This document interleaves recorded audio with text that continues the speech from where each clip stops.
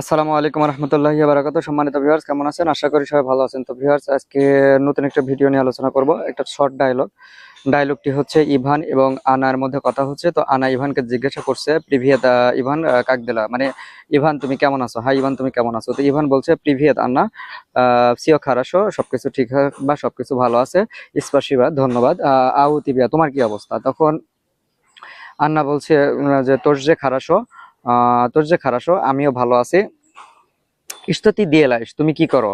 তখন ইভান বলতেছে যে ইয়া ইয়া চিতায়ু কিনিগু, আমি বই পড়ছি, আতি, এবং তুমি কি করো আন্না। তখন আন্না বলছে যে ইয়া ইসমাত্রিউ ফিল্ম, আমি ফিল্ম দেখছি। তখন ইভান বলছে আতলিস না, চমৎকার, অভিজিনিসা পড়ছে, পরে দেখা হবে। তখন ইভান বলছে পাকা, বাই, পাকা পাকা। তো ভিউয়ার্স, ভিডিওটি কেমন লাগলো বলবেন। আর একটা বিষয়, সেটা হচ্ছে আমি স্টুডেন্ট ভিসায় রাশিয়াতে লোক পাঠানোর কাজ করছি।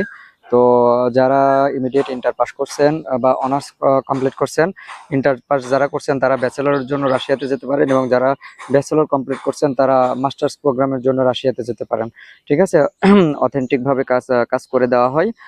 তবে ইন্টার পাস করলে, ইন্টারের যদি আপনার সায়েন্সের ব্যাকগ্রাউন্ড থাকে এবং রেজাল্ট যদি 4 পয়েন্টের উপরে থাকে, তাহলে পসিবিলিটি অনেক বেশি। আর যদি আর্টসের স্টুডেন্ট হন, রেজাল্ট 4.50 উপরে হতে হবে, তাহলে আপনার চান্স পাওয়ার পসিবিলিটি অনেক বেশি।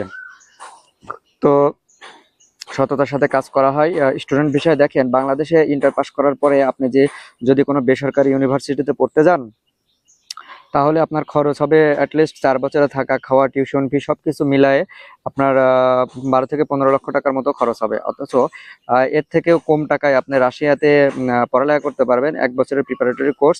তারপরে যখন আপনি অনার্স অথবা মাস্টার্স পড়বেন, আপনি নিজের খরচ নিজেই চালাইতে পারবেন। আর আপনারা তো এটা জানেন যে বাংলাদেশের থেকে রাশিয়ার শিক্ষার মান কত উন্নত এবং কত ভালো এবং কত ডিমান্ড। আপনি যদি রাশিয়াতে লেখাপড়া করেন, লেখাপড়া করে ওখানে পার্মানেন্ট রেসিডেন্সিয়াল হয়ে যাওয়ার পরে ওখানে যখন চাকরি করবেন, আপনার মাসিক স্যালারি হবে 2.5 থেকে 3 লক্ষ টাকা।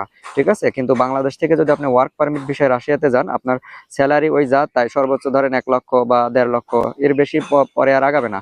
কিন্তু আপনি যদি ওখানকার একটা ডিগ্রি অর্জন করেন, অনার্স বা মাস্টার, তখন কিন্তু আপনার স্যালারি হাই র্যাঙ্কিংয়ে যাবে। তো যাই হোক ভিউয়ার্স, আপনারা যদি রাশিয়াতে স্টুডেন্ট ভিসায় যেতে চান, আমার সাথে যোগাযোগ করবেন। আর ওয়ার্ক পারমিট বিষয়ে গেলেও আমার সাথে যোগাযোগ করবেন।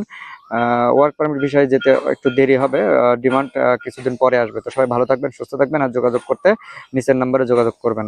আসসালামু আলাইকুম রহমতুল্লাহি ওয়া বারাকাতুহু।